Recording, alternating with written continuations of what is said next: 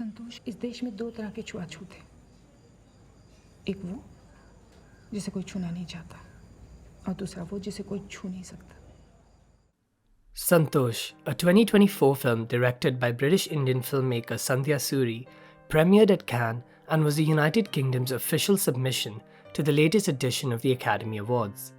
Santosh tells the story of Santosh Saini, a woman who receives her husband's role as a police constable after he is killed during a communal riot. She encounters a case of a 15-year-old Dalit girl who is brutally raped and murdered, with her body disposed of in a well. Following the case, Santosh believes the culprit is a scorned lover by the name of Salim. Salim is chased down and during investigation, tortured to death by Santosh's boss and colleagues, with Santosh dealing a few blows herself. However, Santosh finds that this boy is innocent and the real culprit is a group of rich, upper caste men, but she is powerless to bring them to justice. This film sheds light on police brutality, caste inequality, Islamophobia and misogyny, issues that plague the Indian judicial system. So it is no surprise that the Central Board of Film Certification of India was not pleased, and after their unrealistic demand for cuts was promptly rejected by the filmmakers, the film was denied a theatrical release in the country. This news did not come as a shock. The cinema is a powerful tool of an autocratic regime, and censoring dissent is nothing new for this government. The guiding principle behind the need for a censorship board is to ensure public safety and threats against national sovereignty. As laid out on their website, their goal is to ensure good and healthy entertainment in accordance with the provisions of the Cinematograph Act 1952 and the Cinematograph Rules 1983. Getting into the details, if you look at the Cinematograph Act of 1952, it stipulates that a film may not be certified for public exhibition if, in the opinion of the authority, the film or any part of it is against the interests of the sovereignty and integrity of India, the security of the state, friendly relations with foreign states, public order, decency or morality, or involves defamation or contempt of court, or is likely to incite the commission of any offence. I think it's fair to say at this point that this being a film taking place in the hinterlands, it does not directly threaten the security of the state or friendly relations with foreign states. Now, what the board may be taking issue with is disturbance to public order or defamation. A film that directly challenges the morality of the police may incite tensions and weaken the trust the public has in its supposed protectors. However, I feel strongly that for defamation to be a probable cause, there must also be deception. Calling a spade is not defamation but common sense. So let's take a look at the claims this film makes and if it has any parallels with real life. In Santosh, the accused Salim dies while in police custody after being beaten brutally. This would be defamation if not for the fact that according to the National Human Rights Commission of India, a government body dealing with human rights violations, since the start of 2019, at least 194 people died in police custody in India. This study was published in 2020. That's close to 200 people in 1 year. The perpetrators responsible for the killing of the accused in the film also go scot-free, with the inspector getting suspended but not charged. This would be defamation if not for the fact that between 2005 to 2010, only 21 officers were convicted, despite at least 600 reported deaths of suspects while in police custody. Additionally, data from India's National Crime Records Bureau shows that not a single police officer has been convicted for custodial deaths since 2011, while over 860 cases were recorded in the same time period. And in the past 5 full years, only 3 officers have been convicted for almost 500 cases of other human rights violations, such as torture, illegal detentions, and extortion. In the film, a senior officer proudly boasts how he was able to maintain order and keep his officers safe by using batons to beat an angry mob. Surely this is defamation. However, in individual states, police manuals allow certain officers to authorize the use of violence, formerly called lathi charge or baton charge, to control crowds.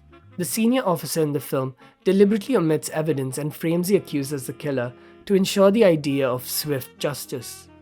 Again, what heinous defamation this is. But we need only to look at a case such as that of Ashok Kumar, the man who found the body of a 7-year-old child in a toilet in a school near Delhi. As the case hit the headlines, the police were under pressure to act, and miraculously 3 days later, Kumar confessed to the murder. But the case fell apart in court when no credible evidence could be produced, apart from a confession taken from him after he was hung upside down like a skinned chicken in a market and beaten repeatedly for 3 days. In fact, scholars have long acknowledged that when upper caste men rape Dalit women, the police and the legal system often shields the accused. The film shows the police harassing young couples in public places, then extorting them for money in exchange for confidentiality from their parents. This one, surely, is defamation. If not the case of Karthik Patri and his wife being harassed by the Bengaluru police for roaming around at 11 p.m. and being extorted for 1,000 rupees to avoid further trouble. Perhaps this was an isolated incident. Then we have the report by the Times of India in 2015 on the routine checks by police in Seminary Hills Reserve Forest, where couples are routinely picked up for supposed indecent activities and extorted for money. The film shows further incidents of bribes being taken casually. Defamation again? India ranks 96 out of 180 countries in the Corruption Perceptions Index in 2022 and ranks highest for corruption in all of Asia. In 2019, it was reported that 1 in 2 people had paid a bribe in the last year, and 19% of the respondents said that these were paid to police officers. The police officers in the film refused to file a report from a person of the Chamar caste, which is one of the scheduled castes in India. Is this defamation? In the famous Hathras case in 2020, where a girl from one of the scheduled castes was brutally gang raped and murdered by upper caste men, the police were first reluctant to file an FIR against the suspects. Then when they did file the report, they produced a narrative in which there was no rape at all, instead suggesting that it was a case of honor killing and that to cover this up the family members had framed accused rapists. According to government data, around 10 Dalit women and girls are raped daily across India. However, the real figure is estimated to be far higher, as only a small proportion of crimes are reported and conviction rates remain abysmally low. Only 10% of cases examined ended with a successful conviction of all those charged, and this was just with particularly abhorrent crimes involving a victim who is murdered or under age 6. In almost 90% of cases, at least one of the accused was from a dominant caste. Perpetrators often acted in groups, and attacks tended to incorporate more severe forms of sexual violence, including gang rape and murder. The police frequently failed to record or investigate crimes when initially reported and were sometimes abusive or put pressure on survivors to drop cases. Survivors were not given adequate advice about their legal rights, and some did not receive compensation payments they were entitled to. I think, at this point, there is sufficient evidence here to conclude that perhaps Santosh cannot be punished for defamation. So then comes the question of disturbance to public order. For there to be credible threat to public order, there must be defamation and violent insurrection. A government body in a democratic nation cannot suppress the representation of truth for fear of disturbing public order, as this disturbance, if it can be called that, is surely the lifeblood of democracy itself. I would posture, CBFC, would you suppress Mahatma Gandhi for calling out British atrocities for the cause of maintaining public order? To move away from Santosh for a minute, let us look at 2 films that were certified for public release by CBFC, Kashmir Files and Kerala Story, applying the same principles and level of scrutiny applied to Santosh. Before we look at Kashmir Files, let us remember that though this film is based on historical events, as filmmakers often do, details are embellished for dramatic effect, and we must not take things too literally.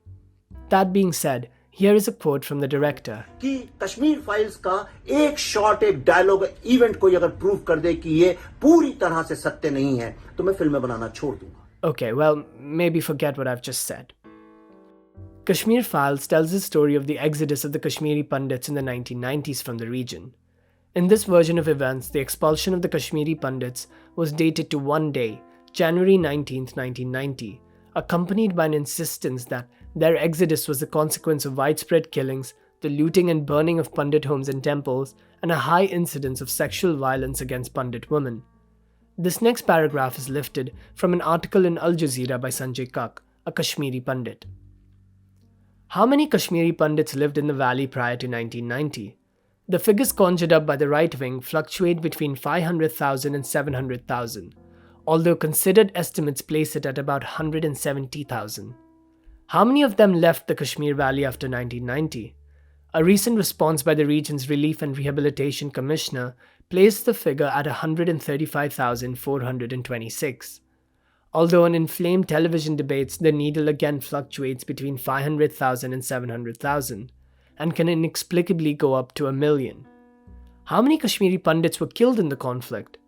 In conversations around the Kashmir Files, the figure has hovered around 4,000, although the most recent figures provided by the region's police department put it at 89. The most egregious claim that this film makes, according to Kak, is that the conditions in the 1990s in Kashmir met those of a genocide. He further says, this film, presented as a work of fiction, is freed of the constraints that the facts gathered by its makers may pose. The film is therefore able to give a potent form to something that the right wing has been cooking for more than 3 decades, a singular version of what they call the truth of Kashmir. It is arrived at here by picking a few dreadful events from across a decade and a half of Kashmir's recent history and telescoping them into a gruesome narrative that spans what appears to be a year. This compression of tragic events is then heaped upon a single fictive family. This deliberate obfuscation of facts and the presenting of fiction as the ultimate truth is surely defamation, no? This film having come out a few years ago now, we can examine if the condition for disturbance of public order was met.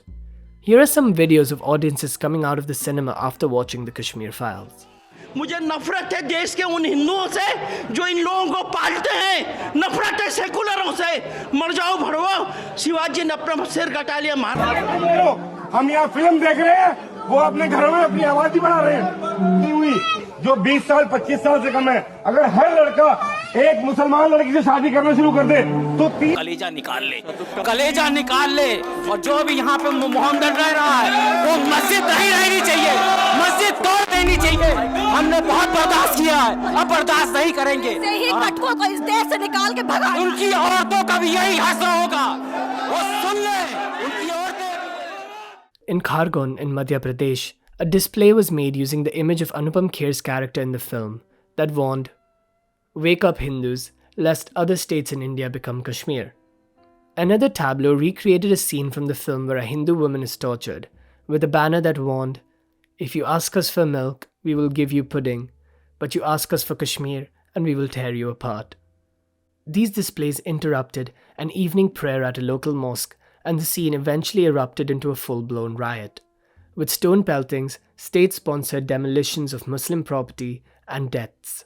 Something I would definitely consider as a disturbance of public order. Let's then look at Kerala's story. Here too we find the same tale of disinformation and propaganda. The film claims to tell the heartbreaking and gut-wrenching stories of 32,000 women from the state who had joined the Islamic State. Alt News concluded in a detailed report that there was no evidence to back the number. According to the US State Department's Country Reports on Terrorism 2020, there were 66 known Indian origin fighters affiliated with the IS as of November 2020. A police officer from Kerala told the BBC that there are not more than 10 to 15 women who converted and left to join the IS from Kerala since 2016. Compared to the Kashmir Files, this film was met with some regulations, with it being banned in West Bengal and an association of multiplex owners refusing to screen the film in Tamil Nadu. But in Madhya Pradesh and Uttar Pradesh, the government reduced the price of the tickets by waiving taxes. This film fueled the right-wing narrative of love jihad, where Hindu and Christian women are being lured into converting by deceitful Muslim men so that they can either be trafficked or just to increase the Muslim population of India. An investigation by India's National Investigation Agency has said there is no evidence of love jihad.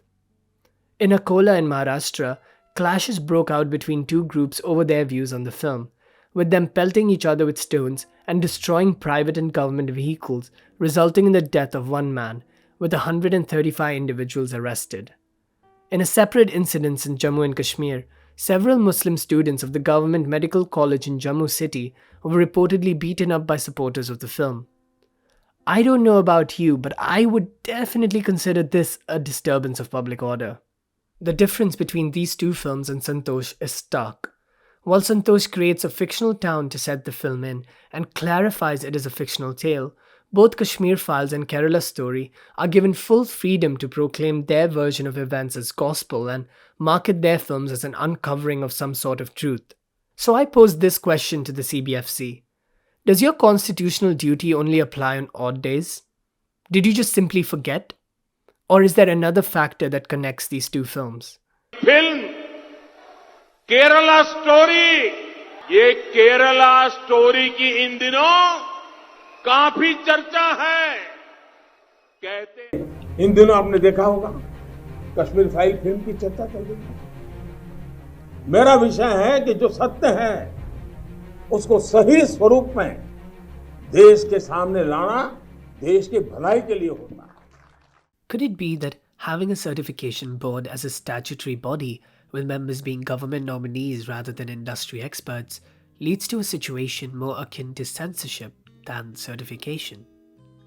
Surely that shouldn't happen in the world's biggest democracy, right? As is displayed by the US and the UK, the certification process can be carried out successfully by a non-governmental organization, leading to a less restrictive film industry that encourages creativity and diverse perspectives. That is what we need in India, because the fact of the matter is that India today is a censorship state. Just looking at the events of the last week and the media response is enough to see that there is no such thing as an independent, reliable press organization in the nation. Santosh was banned in India for the same reason that the BBC series India, the Modi Question was banned, and last week, two news organizations, The Wire.in and Maktoob Media, were banned from posting on social media for attempting to tell the truth.